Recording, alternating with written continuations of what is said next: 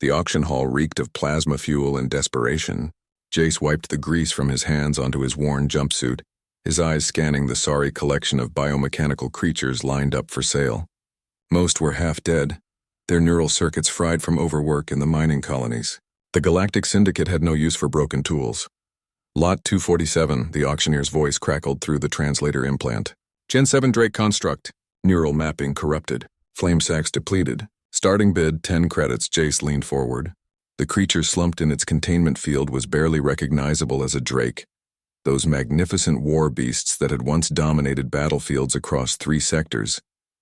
Its scales were dull gray instead of the legendary crimson. Its wings hung limp, membranes torn. One eye remained closed, the other stared vacantly at nothing. 5 credits, someone called out. Laughing. 3, Jace said quietly. The auctioneer's mandibles clicked in what might have been amusement. Sold to the human. Lot 247 to Bay 7. The other bidders, mostly Vraxian scrap dealers, chittered amongst themselves as Jace made his way to the loading bay.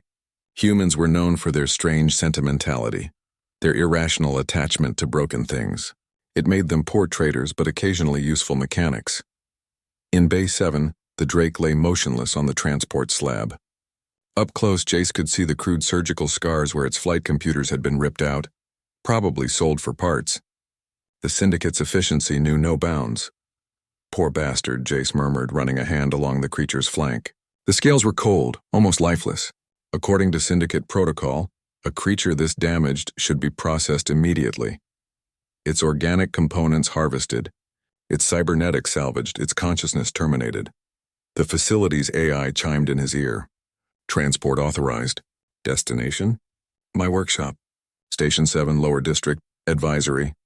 Creature designated for immediate processing. Deviation from protocol requires, I bought it, it's mine. Jace's voice carried that peculiar human stubbornness that other species found both baffling and occasionally inspiring. Override code Jace 97 Alpha. The AI fell silent. Getting the Drake to his workshop took 3 hours and most of his remaining credits for transport fees. His workspace was cramped. A converted cargo bay with barely enough room for his tools, his cot, and now one broken dragon. Jace spent the first night just observing. The Drake's breathing was shallow, its hearts, both of them, beating arrhythmically. Its remaining eye tracked him occasionally, but there was no recognition there. No spark of the intelligence these creatures were supposedly engineered with.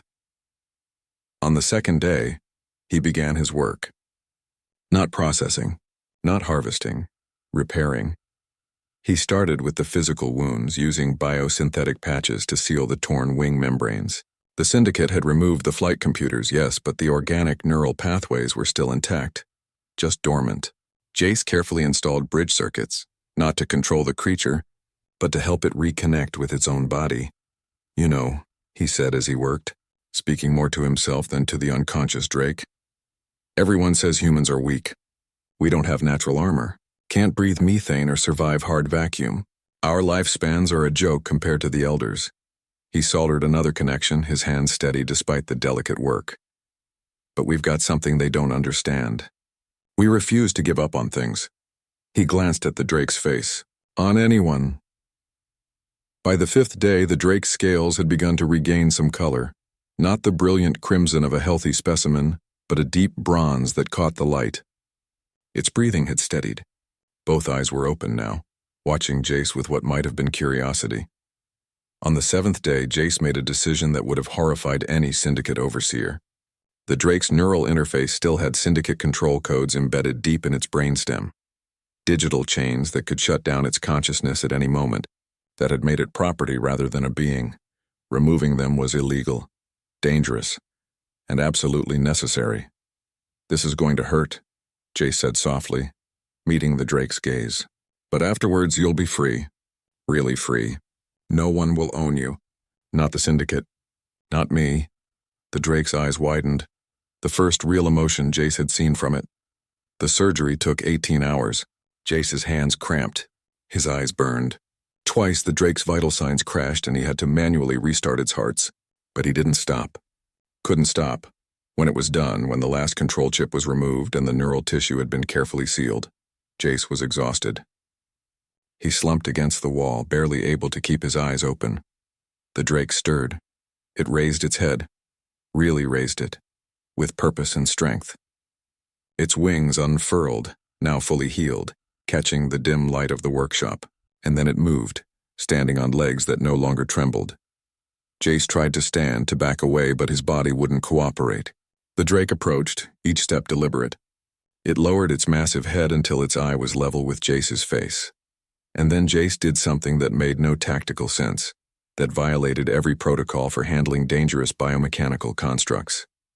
Instead of defending himself or asserting dominance, he slowly knelt, not in submission, not in fear, but in respect, in recognition of one living being to another. "You're free now," he whispered.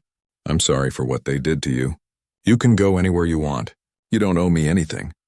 The workshop fell silent except for the hum of the station's life support.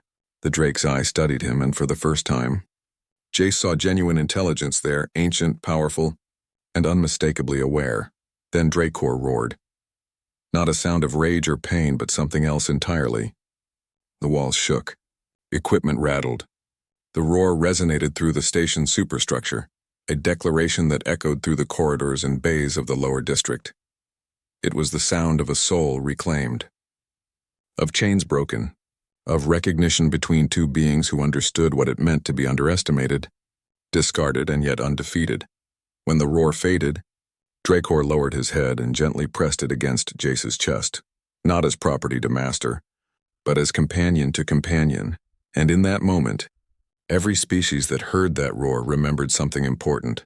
Humans didn't just fix broken machines. They restored broken spirits. They didn't just see tools and resources. They saw people. That's what made them dangerous.